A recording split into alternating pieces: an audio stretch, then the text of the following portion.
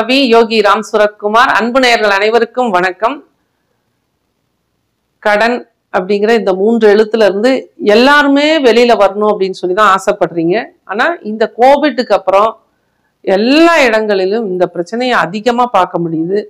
அது போலவே நமக்கு தேவைக்கேற்ப வாழும் பொழுது கடனை குறைச்சிக்கலாம். ஆனா நம்ம அவசரப்பட்டு மற்றவர்களோட நம்மளை ஒப்பிட்டு பார்த்து நம்ம சில விஷயங்களை நமக்கு சக்திக்கு மீறின விஷயங்களை பண்ணும்போது அந்த இடத்துல கடனை நம்மளால அடைக்கவே முடியாத ஒரு சூழ்நிலைக்கு உருவாயிருது. சில பேர் கடன் இருக்குங்க, எனக்கு சொத்தும் இருக்கு, சொத்தை வித்து கடனை கட்டிடலாம் அப்படின்னு பாக்குறேன் அப்படின்னு சொல்லுவாங்க. அந்த கடனே அவங்களால கட்ட முடியாத ஒரு சூழ்நிலை உருவாகுது. இதற்கெல்லாம் தீர்வு அப்படிங்கிறது நிச்சயமா இருக்கு.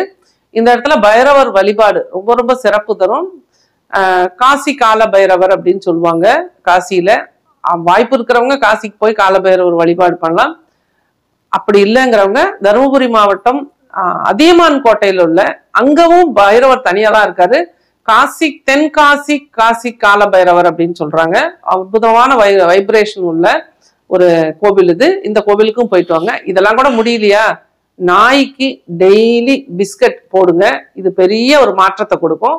பெரிய கடன் இருக்குங்க, நாய்க்கெல்லாம் பிஸ்கட் போட்டு பார்த்துட்டேங்க, என்னால முடியல அப்படின்னா எலும்பு, நல்லி எலும்புன்னு சொல்லுவாங்க இல்லைங்களா, அந்த நல்லி எலும்பு வாங்கி நல்லி எலும்பு வாங்கி நாய்களுக்கு போடுங்க.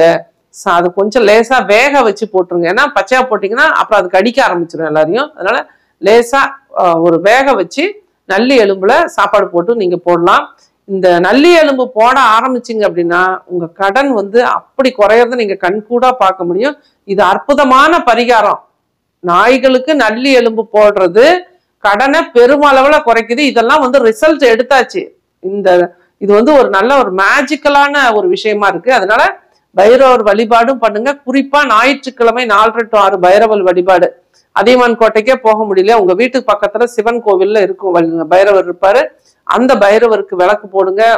செவ்வரளி பூ வாங்கி கொஞ்சம் 1 மணி நேரம் உட்கார்ந்துருங்க அந்த பைரவர்கிட்ட. உங்க மனக்குறைகள் எல்லாம் வெளிப்படுத்துங்க.